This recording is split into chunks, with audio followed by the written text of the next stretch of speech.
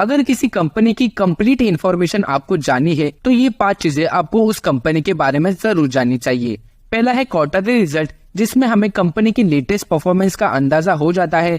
दूसरा है business model कि कंपनी क्या काम करती है और क्या उस सेक्टर को आगे जाके फायदा है या नहीं। उसके बाद एडिशनल इंफॉर्मेशन, जहां पर हमें कंपनी के बेसिक डिटेल्स और फ्यूचर ग्रोथ के बारे में आइडिया हो जाता है। और उसके बाद सबसे इम्पोर्टेंट चार्ट एनालिसिस और लास्ट में है शेयर होल्डिंग।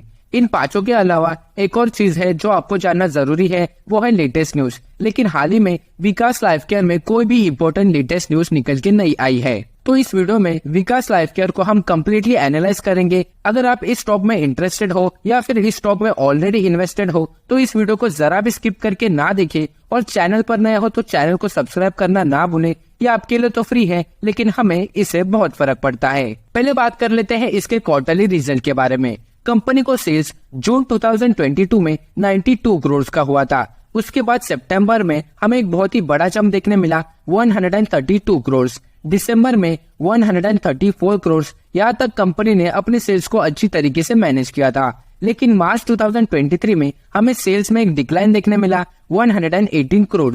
और जून 2023 में यानी इस क्वार्टर में कंपनी को सेल्स कम हुए हैं, 99 करोड़ का सेल्स कंपनी को हुआ है। अब इसके नेट प्रॉफिट की तरफ बढ़ते हैं, जिसमें जून 2022 में कंपनी को नेट प्रॉफिट 3 करोड़ का हुआ था। उसके बाद सितंबर में 2 करोड़, दिसंबर में हमें एक राइज अप देखने मिला 6 करोड़।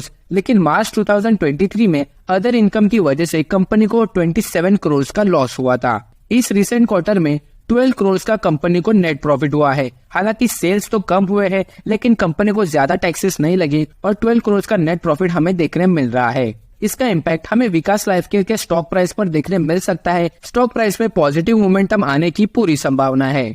अब कंपनी के थोड़ी इन्फॉर्मेशन के बारे में जान लेते हैं, जो कि एक रिटेल इन्वेस्टर को जानना बहुत ही जरूरी है। Vikas life care limited trades and manufactures polymer, rubber compounds and infra, agro products, FMCG products etcetera. तो कंपनी ट्रेडिंग और मैन्युफैक्चरिंग का बिजनेस करती है, जिसमें rubber compounds, infra, agro products, FMCG products, इन जैसे प्रोडक्ट्स को कंपनी ट्रेड और मैन्युफैक्चर भी करती है।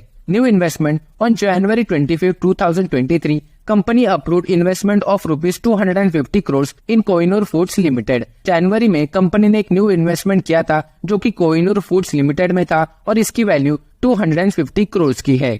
अब इसके रेवेन्यू की बात करें तो ट्रेडिंग डिवीजन एग्रो प्रोडक्ट से 51% का कंपनी रेवेन्यू जनरेट करती है, पॉलीमर से 10%, इंफ्रा प्रोडक्ट से 18% और गैस मीटर के ट्रेडिंग से 2% और 13% की इनकम अदर इनकम से आती है। कंपनी ने अपने रेवेन्यू को बहुत ही अच्छी तरीके से डिस्ट्रीब्यूट किया है, इसलिए ये कंपनी आने वाले क्वार्टरली रिजल्ट में भी हमें लगातार प्रॉफिट करते हुए देखने मिल सकती है। अब इसके फ्यूचर ग्रोथ के बारे में चर्चा करते हैं। कंपनी ने कुछ प्लान्स बनाए हैं, तो उसे हम डिस्कस करते हैं। फूड एंड क्रॉप प्रोटेक्शन, तो कंपनी अपने फूड और क्रॉप को अच्छी तरीके से प्रोटेक्ट करने का मेंटेनेंस करने वाली है। Food and crop preservation and storage, जहाँ पर कंपनी अपने फूड एंड क्रॉप की सिक्योरिटी और स्टोरेज के लिए प्लान कर रही है, जिसे वो मॉडर्न टेक्निक से एग्जीक्यूट करेगी।